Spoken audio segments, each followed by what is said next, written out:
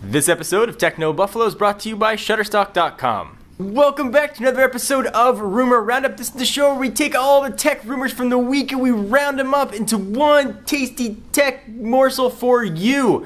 Up this week, we're going to talk about Apple reportedly testing new TV designs. Google Now might be coming to Chrome. The Blackberry 10 series handset gets teased on video. And there's a chance, just a chance, that Apple Maps might suck a little bit less. This is Rumor Roundup. Let's go ahead and get started.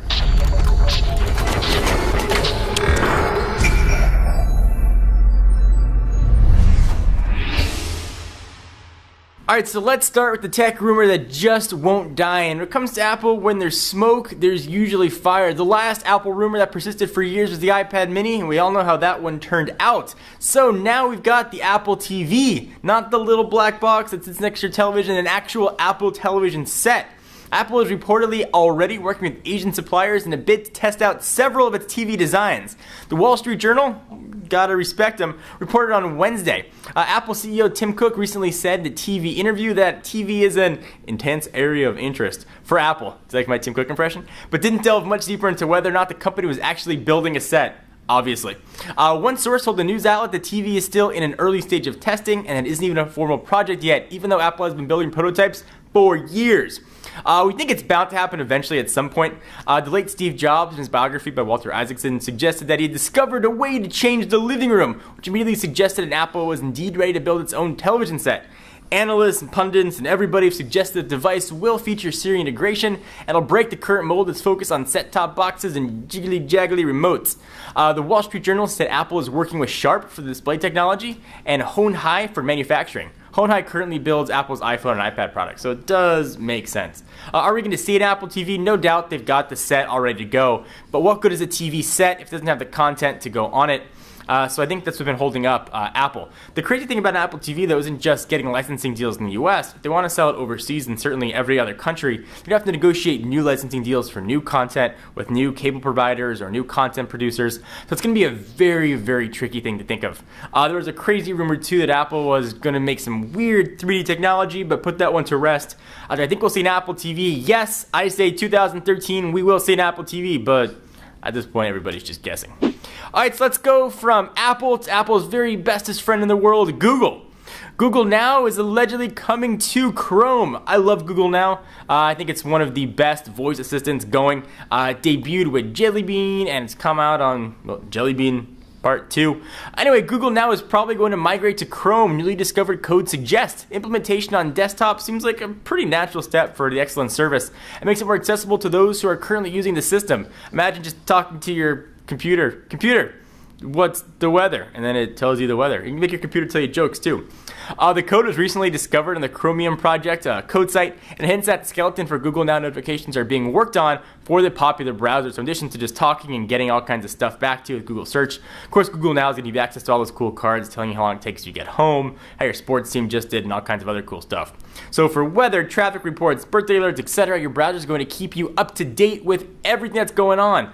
Personally, I would love to see automatic traffic reporting every evening before driving home, even though I live like literally 3 miles away. But for everybody that doesn't live that far away, it's going to be a super awesome thing to have.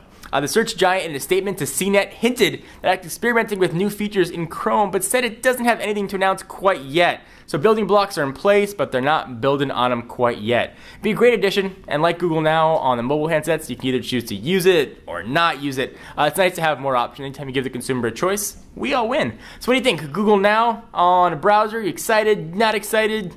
But what do you think? I'd like to hear from you. Alright, so we've gone from the big boys, talked about Apple, we talked about Google. What about the former king of the hill? RIM and Blackberry. We've been hearing Blackberry 10 for years now, and it's finally almost here. The end of January, we should be finally seeing the first Blackberry handsets, but you don't have to wait till then. The Blackberry 10 L series handset got a video tour out of, where else? Vietnam. It seems to be where all of the leaks come from. We saw the iPhone 5 get leaked out of Vietnam, and a lot of new devices that have come out the past few years have gotten leaks out of Vietnam, and I gotta say, it looks pretty good. I'm pretty excited about Blackberry 10. I'm willing to put put aside any opinions I had about RIM and their previous operating system and give them a fresh start. Based on the QNX platform, it looks to be really robust. Multitasking is pretty awesome, and it's kind of the spiritual successor to one of my favorite operating systems, WebOS.